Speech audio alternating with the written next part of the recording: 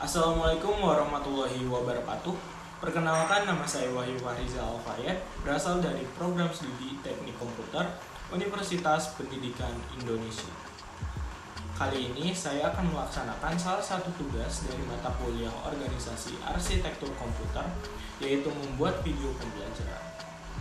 Pada kali ini, saya akan membahas teknik input-output pada sistem komputer. Sebelumnya, apakah kalian tahu bahwa di dalam sebuah komputer ada sebuah proses kompleks yang dinamakan proses input-output? Sebelum lebih lanjut, apa sih sebetulnya proses input-output itu sendiri? Proses input-output adalah suatu mekanisme pengiriman data secara bertahap serta terus-menerus melalui suatu aliran data dari suatu proses ke perangkat input-output. Proses inilah yang membantu kita dalam berinteraksi dengan komputer.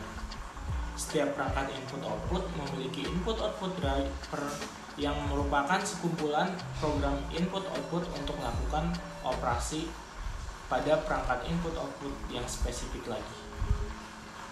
Teknik atau cara proses input-output sendiri dibagi menjadi 3. Yang pertama ada program input-output, yang kedua ada interrupt driven input-output, dan yang ketiga ada direct memory access. Akan tetapi pada kali ini saya hanya akan menjelaskan teknik programming input-output. Dalam teknik programming input-output, CPU memiliki kontrol langsung terhadap proses input-output. Prosesor akan memeriksa modul input-output dan menunggu sampai operasi atau perintah selesai.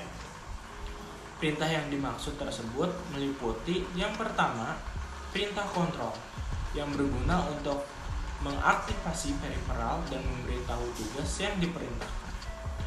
Yang kedua, ada perintah tes, yaitu untuk melakukan pengecekan status bahwa CPU perlu tahu bahwa perangkat aktif dan siap digunakan. Yang ketiga ada perintah read, yaitu untuk mengambil suatu data untuk disimpan di dalam buffer internal serta mengirimnya ke bus data. Yang keempat ada perintah write, yaitu untuk memerintah modul input-output mengambil data dari bus data untuk diberikan pada perangkat tujuan. Selanjutnya ada cara kerja teknik program input-output. Pertama, akan ada perintah mengaktifasikan perangkat periferal serta memberitahukan tugas yang diperintahkan. Selanjutnya, akan ada pengecekan pada modul apakah ada suatu instruksi yang perlu dieksekusi. Bila ada, CPU akan menerima dan membaca instruksi tersebut. Kemudian, instruksi tersebut dicek status error atau tidaknya. Apabila error, maka CPU akan menanyakan ulang ke modul input-output untuk instruksi yang baru.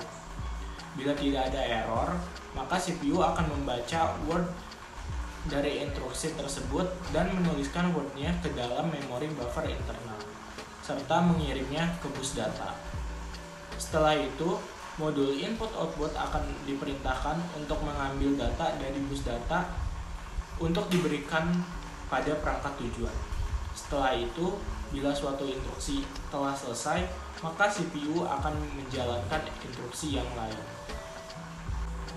Dikarenakan teknik input-output terprogram merupakan teknik input-output yang pertama, pastinya teknik ini memiliki banyak kekurangan. Kekurangan tersebut antara lain, yang pertama, dalam teknik ini, modul input-output tidak dapat melakukan interupsi kepada CPU. Yang kedua, prosesor akan memeriksa modul input-output dan menunggu sampai operasi selesai hanya untuk satu operasi. Hal ini sangat membuang banyak waktu bagi CPU. Yang ketiga, yaitu teknik ini tidak bisa menjalankan lebih dari satu perintah. Berikutnya adalah suatu contoh implementasi perangkat yang berproses dengan tipe programming input-output, yaitu unit tape magnetic atau biasa kita sebut pita magnetik. Benda tersebut dapat melakukan perintah putar, kembali ke posisi awal, berhenti, dan sebagainya. Itu menggunakan sistem input-output yang terkontrol oleh program. Terima kasih atas perhatiannya, kurang lebihnya mohon maaf. Wassalamualaikum warahmatullahi wabarakatuh.